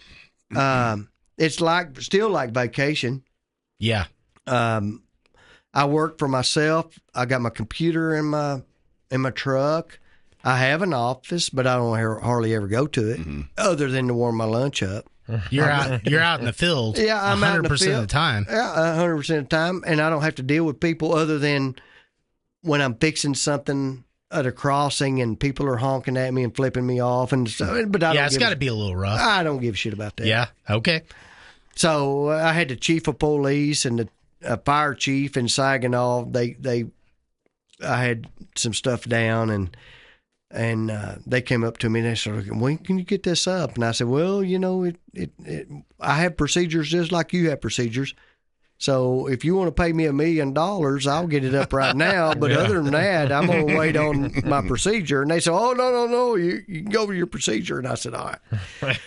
But I became friends with those guys. And so we've worked things out and got things where it's a lot better. But Saginaw is a tough territory.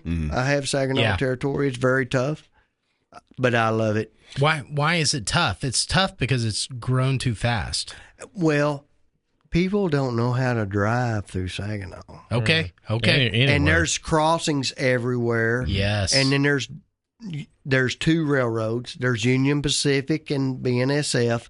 Both coming into there. And we have tracks side by side. So whether it's a Union Pacific problem or a BNSF problem, I get called. Mm-hmm. So Gotcha. I get double the calls. By being a Union Pacific problem, I get called out. If it's my problem, I get called out. So you get double the call. It's just a tough territory. Yeah. And through time, when I first got there, they called me the Dragon Slayer because it was a dragon. Because I had a lot of my stuff that was old, a lot of things that the previous person that was there didn't take care of, and it took me a couple of years to get it worked down to where I didn't have to work as much. But yet, then there's the Union Pacific side. Those guys have their same issues. What is your role? What do you? So I'm a signal maintainer. So I take care of crossings, switches, and signals. Okay. And a lot of the crossings, the Union Pacific rail runs next to our rail. So whichever one will drop the other rail. And so whether we've got a problem or they got a problem, we get called out. And then some of the area, we've got industrial track, which they pull things out. They build tankers. Yeah. Called Trinity Rail. They build tankers and pull them out, and then BNSF hooks onto them and takes them to wherever they're supposed to go, and it's all new tankers. So sometimes they're pulling things out, or they'll have a problem, and it keeps our crossing dropped, and then we get called. And so it's just it's a mess, but heck, I enjoy it. So you said in Saginaw there was 2 train companies, right? Yep. How many are there train companies? Oh, well, I don't know. A bunch, I guess? Or? Oh, well, some of the, what they call... Because around this neck of the woods, that's the only 2 you see. Yeah. So you got, Union Pacific and then BNSF, but then there's CSX, which is to the east of us.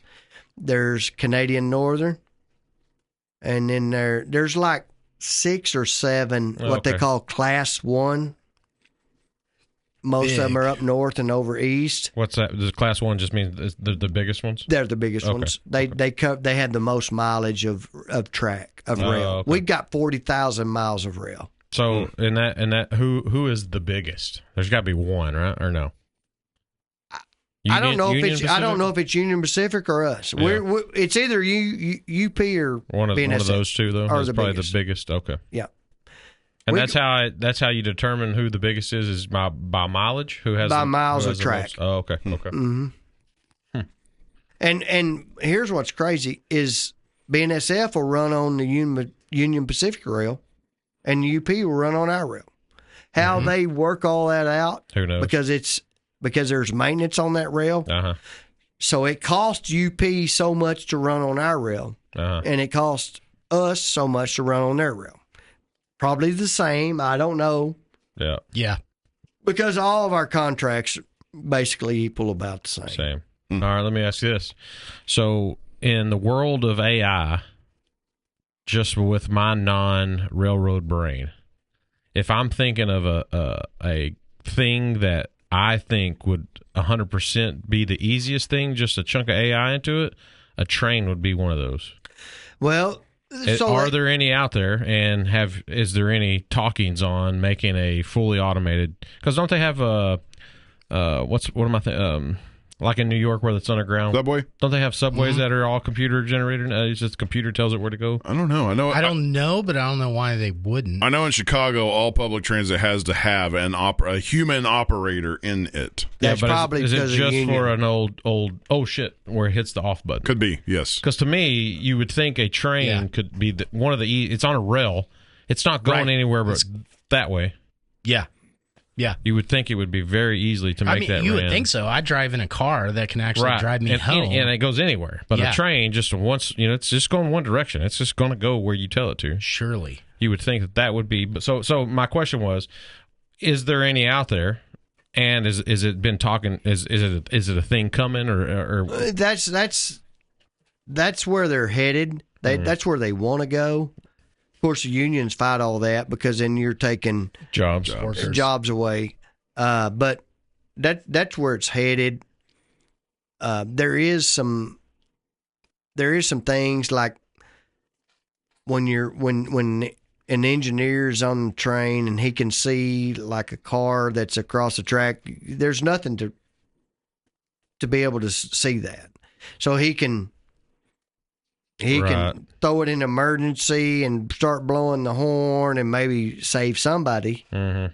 Or, they're able to get out of the car. Right. So there's those things that's not, even though they got cameras, that's not been affected, But eventually, probably, I see, just like self-driving cars, right. I see they're going to be self-driving trains. Right. But and you say that like so. But the crazy thing is, the job that I have is there's batteries and things that have to be lights and all these different things that have to be tested. Right. So we kind of got job security, right, to where some of those don't, and they're fighting to keep every crossing in a territory. So how big is your territory? Well, what's crazy is, I've got the biggest, what they call assets, which is testing assets per FRA. Mm-hmm. Out of 10 maintainers, mm-hmm. from my supervisor, I've got the biggest territory assets, and my territory is 9 miles long. Wow. Is that because there's so many of them in Saginaw? There's so much stuff. I was going to say, that's in the grand scale. It's not 9 miles ain't much, but you have a highly congested 9 miles. And then what's crazy is the drivers on 287 there, 287 business going through there. Yeah. Hell, there's cars turned over in 30 miles an hour zone, and I'm driving by and I'm thinking, how in the hell did you turn over? Yeah, going 30 miles an hour. How? Right. There was one car that I passed. It was a brand new Camaro. The son of a bitch was upside down and had paper tags still on it. I'm like, how in the hell did y'all do that? Some kid's dad made the wrong purchase for that. Yeah, yeah. But Saginaw is kind of like a hub for being SF.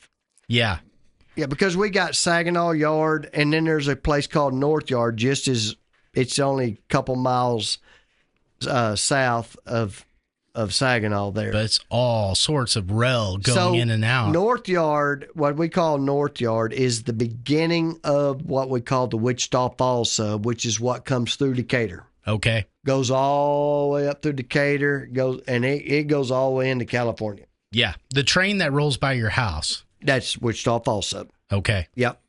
And then Saginaw Yard, which is a yard where now they're switching car trains, where they have that actually comes from all the way from Galveston. So whenever they bring in whatever stuff from overseas, they're putting them on rail there, and that comes from Galveston all the way through there. So my territory has Fort Worth, what they call Fort Worth sub, and Wichita Falls sub, which is crossing one another. Mm-hmm. So that's why it's so congested, because I've got all that, and that yard there goes all the way up through Chicago, all the way up. Yeah, it goes way on up. Like I said, there's 40-something thousand miles of. But this infrastructure, this rail infrastructure, was laid down or mapped out a long time ago. Absolutely. Like 1800s. Absolutely. Majority of it. Yeah. And it was, if you look at how it was all done, it wasn't. It's like they figured it out as they went along. Well, there's a few people died from it. Yeah. They wouldn't give their property up. Yeah. Wow. So. Yeah, it was like the largest case of eminent domain that wasn't really legally done ever. It's crazy. It wasn't like, here's 30,000 for your 2 acres. We need to come through. It's like, we're putting a railroad track right here, and you're not going to stop us. Get out. Yeah. But absolutely. Salsa, you are somehow or another, you are known all across these wide lands for your salsa. That's right. Well, how is that a thing? You're white. Yes, I'm white, but I might have a little Mexican blood in me. Yeah. Somewhere down the line, yeah. Right. 'Cause that's the first time I met you, it was because I was buying salsa from you. Is that right? Oh, yeah. So, yeah, I don't remember all those things. But I've always loved cooking.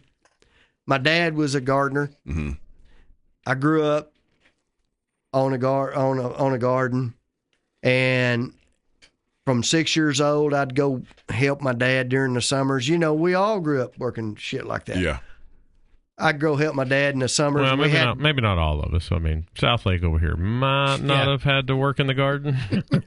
Yeah. So we had bologna sandwiches every day. When I worked with my dad, he was a carpenter, and it was a bologna sandwich every day. And I'm like, this is like prison, eating bologna damn sandwiches every day. So I started getting his jalapeno peppers, and I didn't realize I was making pink at the go without the cilantro, but I was putting onions and tomatoes and peppers in a jar, and we had a little hand chopper deal, and I'd chop that shit up, and I'd put it in a jar and take it with me, and when I'd eat my bologna sandwich every day, I'd put that shit on there and eat it. Yeah, change it up. Oh, yeah. And that made it bearable. Mm-hmm. And as I grew up, I loved cooking. So when I go to Mexican food restaurants, I'd try to figure out. I knew seasonings and things because I started doing that. I'd try to figure out the different seasonings and different things that they would have in their salsa. And how I created my salsa was there's 3 different restaurants, 2 here in Texas, 1 in New Mexico. And I figured out some seasonings that they had, the 2 different ones, and then 1 in New Mexico. And then there was one that I added, one seasoning that I added to it, and it created the salsa that I've got today. And it's way different than anybody else's, but it's simple salsa. It's green chilies, peppers, garlic, tomatoes, and onions. And that's it. Well, since a few spices. Yeah, you some things you can't say. Yeah, there's some things that come with that, but that's what salsa is. Yeah. That's right. And what's amazing to me is how much different and how many varieties of salsa there is out there. Yeah, that you can taste different. That's why I like the Mexican culture. Depending on many things, but even some like geography, like where the plant's grown, what its location is, absolutely, the year the fruit was growing on the vine, it all plays into the overall taste. Absolutely. Yeah. Same with grapes. Like if it was a dry, harsh year, the juice from the grapes is usually a little sweeter because that plant had to work even harder to produce. So yeah, right. So that's like fine wine. So what brings the most variation of the ingredients? Is it the jalapenos? Is it the peppers or the tomatoes? It's the ingredients that I put in it. Okay. So it's a combination. Yeah. There's a combination of each ingredient that I use that makes the flavor of what I have. And what's crazy was once I found it, it wasn't a big deal to me. It's just what I cook for myself. Yeah. And I cooked it for myself for several years, and I owned an electric business. And then I thought, hell, I'm going to give this stuff away to my electric customers just for appreciation for using me. And I'd start giving it away. And because I was doing work for doctors and clinics and hell, all over. And I'd just give it away to the people. And they then love the shit out of it. And the next thing you know, they're like, hey, can I get some more of that? That's the best thing I ever had. How much you charge me for this? I need it. It's Texas, man. It's chips and salsa are a fucking drug. It is. I've told somebody the other day, I'm like, if it wasn't for sugar and chips and salsa, I would be 300 pounds less. But, it's, and I love cooking, and I love to see people happy. Sometimes when you're growing up, things happen in family, and at the eating table was when you were happy. Yeah. Yeah. Sometimes when you wasn't at the eating table, it wasn't so happy. So when when people are eating, that was my motivation to the salsa. Is it doesn't matter what's going on in the family. If they're eating some of that, they're freaking happy. Yeah. And that's how I feel. Whether they think they're happy or not. Sorry. Yeah. Yeah. Did he just apologize to me for interrupting? Yeah. Did hell just freeze over? Yeah. I mean, it is raining and cold in July here, so it might have. They may not think they're happy, but evidence shows if they're at the table eating salsa, they're happy. Well, eating in general. Yeah. Yeah. Most of the time. Yeah. Unless family. But if it's together and they're If having a meal together, having a meal together, unless it's bologna sandwiches every day. I've not seen many people frowning eating. Right. That's where the nomenclature around the table part of the podcast came from, whether it's sitting around the table chatting or eating or drinking or fucking off or drinking arguing bourbon. Or drinking. Or drinking. That's right. Absolutely. Eat good and drink good, basically, is their philosophy. And smile. Smile, damn you. Absolutely. But so if you have a destructive family environment, could you just institute that as a anecdote to I think the it's chaos? good medicine. Okay. I really do. I think, I personally believe if somebody brings something new that nobody in the family's had, even though there may be chaos, and if somebody gets a hold of some of that, I believe it changes the whole attitude and the environment of the situation. Personally, It's a pretty deep anecdote. it is. Yeah. It's deep, and some won't know it, but I believe that, and because I've seen it in my own family. Yeah. Yeah. Because when I started making it, I mean, my dad wasn't the greatest dad in the world, and he could be pretty mean. But whenever I'd put some, it diffuses a lot of shit. Yeah. I'm just telling. So I stand. Disarm them with salsa. yeah. Well, I'm not saying that's everything, but it can be. So do you keep that garden? No, I buy all of it. Okay. That's because he had It's too much work. He there, had boy. oh no! I had tried keeping his garden after he passed away, and there was absolutely working on the railroad, it was working 10, 12 hours a day normally. No way. a lot. Oh yeah, a way lot. Yeah, he spent hours and hours a day out there where I could only spend maybe an hour. Yeah. Yeah, and no way I could keep it. Yeah. I wonder if AI figured out how to keep personal gardens, if we'd be better people for it. You know, if I had this like, How would AI figure out how to do a garden? you know, like it maintains a robot. it, like A robot. you know, the vacuum robots at home. Yeah. You know, they kind of zzz around the house and they keep it like cleaned up a little bit. Yeah. But if you had a robot to kind of maintain your 10 by 10, Elon made one of those. you really, I bet so. I bet yeah, that he's dude got did. one. I'm ready to get one. Yeah, yeah, that's Yep. true. It's like, but then Make we me a could drink. grow all our own food, and I think the Home Depot worker would probably be cheaper than the AI robot. Well, it depends might on how be much right. you use You it. might be right. No, they say the AI worker, the robot's like $30,000. I can promise you. And he's supposed to last a long time. Long time, yeah. Oh, yeah. Yeah. Robot don't send money back home to Mexico. And wait. Yeah, that's tough. You don't have to worry You about know? robot going to alligator Alcatraz. The only thing we got to worry about that robot is him sending information that we don't want Yeah, sent that's somewhere probably else the by case. hearing our voice. Or waking up one day and the robot's ripping your face off. True. Yeah, we have been Or with warned. your wife. Yeah. Yep, my wife might have a robot now. So what's the? That is, yeah. I mean, it does Yeah. have batteries. Yeah, well, okay. Shit, I forgot what my next thought was. Oh, here we go. That's what's the premise of the Squid Games? What's the premise? Jesus Christ, how'd we get there? That I'm was circling back around. Yeah, you major are. circle. Jeez. Damn. I've not watched. I it's started a it badly. Okay, so it's a bunch of broke people, like real broke. Like you got drug problems, gambling problems, and you're broke. Like the scourge of society. Yeah. So like they go around and they give you a card basically or something, blah blah, and you have a choice. It's all free will. This is all free will. They're not. You don't get made to do. Well, you don't get made to do any of it. You choose to go. You play a game to get in. Once you get in, you stand to win a whole bunch of money. A ton, tons and tons and tons of money. But what they don't know is each game you could die.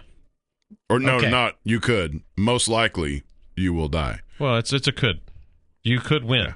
There's only one winner in the end. Yeah, there's like 80 people starting, let's just say, and only one of them's going to win. But they don't know this going into that.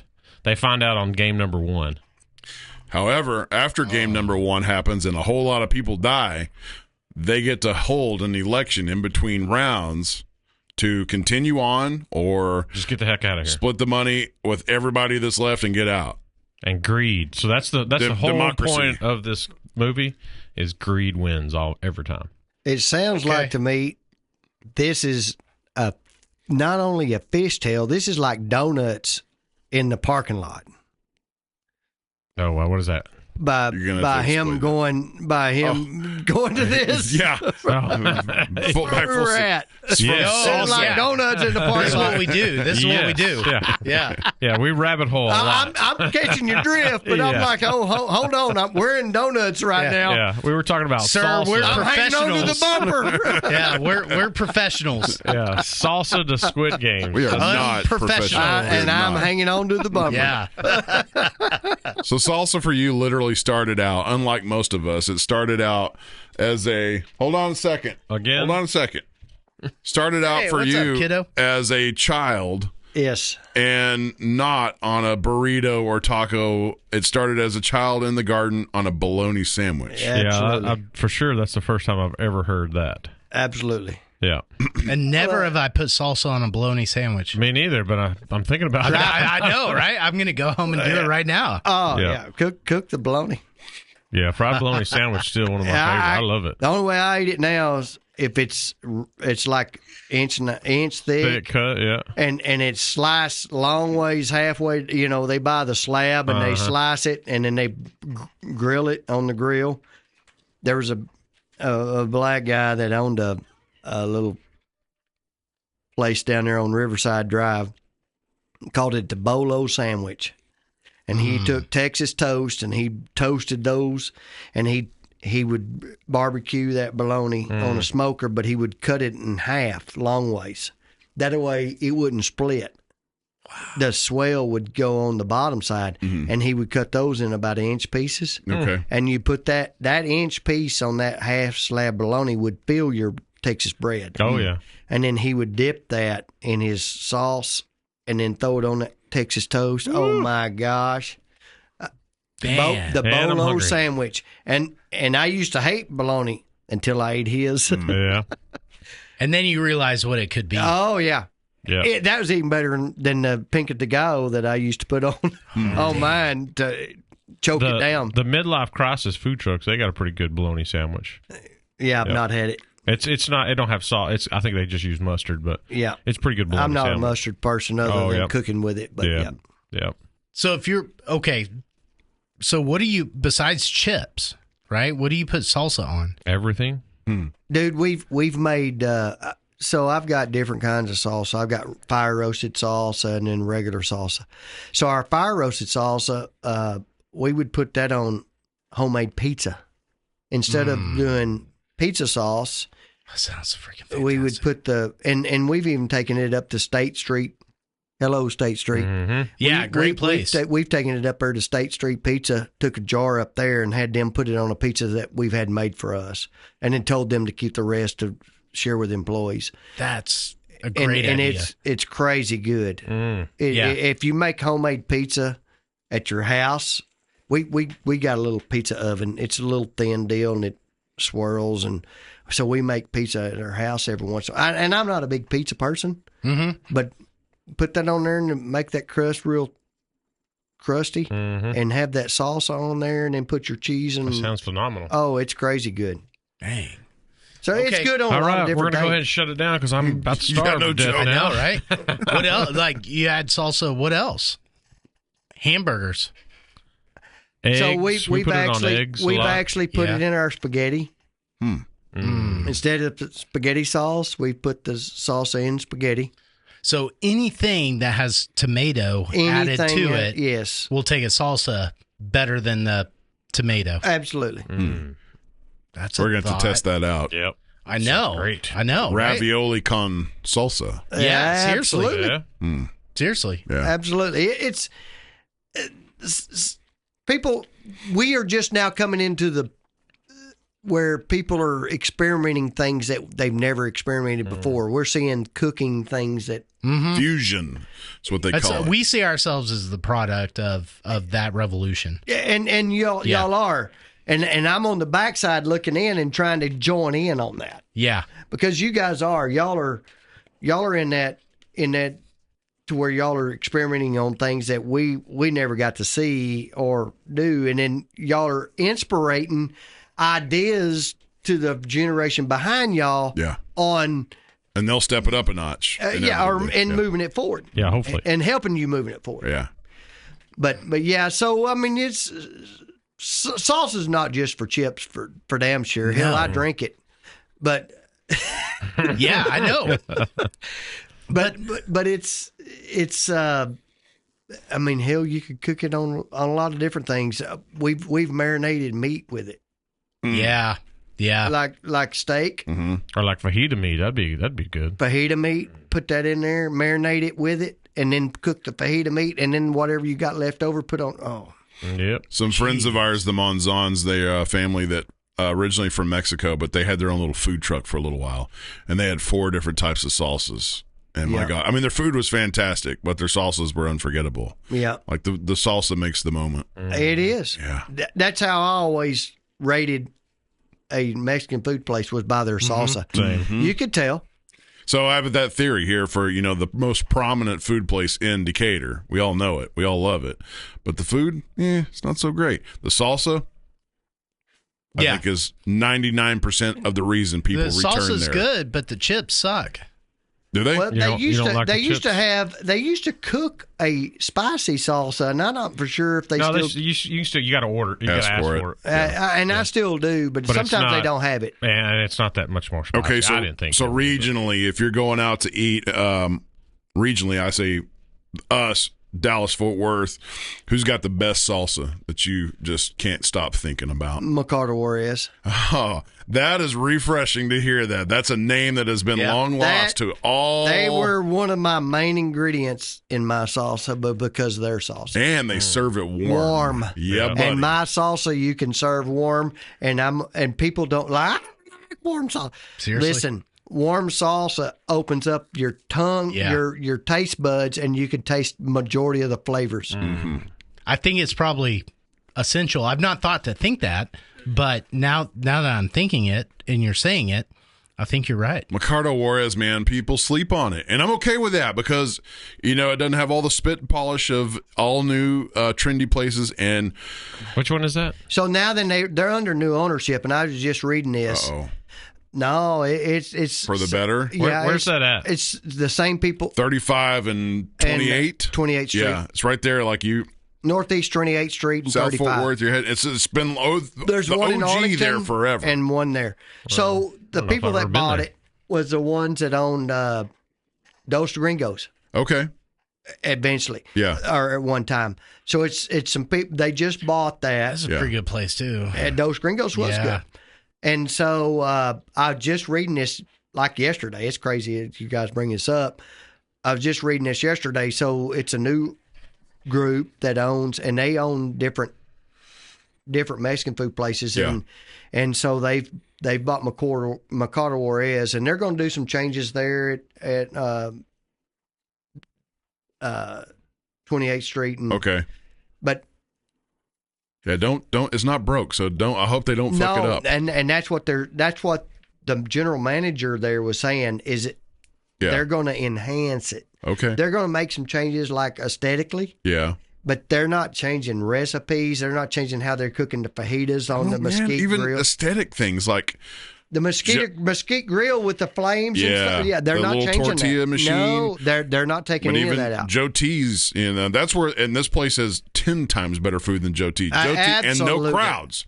Joe T's has the crowds. And Joe T's is just a.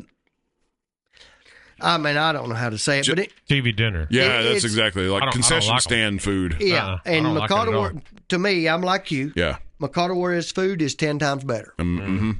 And they're just changing a few. They're going to spend a little bit of money, and hell, they remodeled Mercado Juarez 20 years ago. Yeah, They're fixing to remodel it again. Yeah. They're not changing Updated recipes. They're bit. not. Yeah, absolutely. They're not going to change the homemade tortilla. They were, in fact, I didn't know it, but they were the first ones that brought the homemade tortilla machines. no kidding. In Texas. Really? That was brought in from Mexico. Wow. By Mercado Juarez. The original owner of Mercado Juarez. Wow. That's okay. So go with me on this one. I have a hard time separating salsa from the Mexican or Tex-Mex cuisine. Like I'm sitting here thinking about your salsa and all the potential ways to use salsa, but I have a hard time like separating it from Tex-Mex or Mexican style cooking. You know, like I'm trying to think of various ways to use it. Well, it sounds like you got to try it on spaghetti. Yeah, definitely got to do that. Got to try it on pizza. Breakfast food, American breakfast food salsa is perfect What about with. tomato-based Indian cuisine? I don't know. I've not ate a lot of Indian cuisine. Mm-hmm. But I mean, it's like butter chicken. Okay, butter chicken, for instance, is marinate chicken with salsa before you grill it. Yeah. Mm-hmm. Yeah, there's that too. Okay, so just using it as a marinade is a breakaway into all sorts of. And then drizzling it over it before you eat it so use it as a marinade, drizzle it over it while it's on there, and then throw some cheese on it. Yeah. And then let the cheese melt with the salsa on your chicken, and then even with veggies, I don't know, try some asparagus with salsa. Yeah. I mean, salsa, broccoli and salsa. Salsa is just good with anything. And like I said, I drink it. Yeah. Yeah. So that's the takeaway is don't forget about really enjoy salsa. Like think about the flavors, use it creatively. Absolutely. With eggs. I mean, there's a lot of people that eat with, and so there's some people that are diet conscious. I'm not, as you can tell. Yeah, but how and they're like, we can't eat a lot of chips. I'm like, well, then eat that shit with eggs. Yeah. Or fish too. We forget about fish. Absolutely. Yeah, don't forget about fish. But I'm gonna tell you, the craziest part was I was at I had a spot in World Trade Center in Dallas, and there was a guy that was down from me that was selling those pizza ovens. Mm-hmm. And I went down. I'm like, "What?" He's, I'm selling these pizza, and it's just a little round disc, and it was big enough for a freaking pizza dough that you buy. Yeah. And he's like, I'm selling these pizza. I said, so you it had a slot. You just slide the pizza in there. Hell no, the whole lid raises up. It's got a little dial on top, and you put that crust that you buy at Walmart, perfect size for it's it. It's like record player meets oven. Yeah.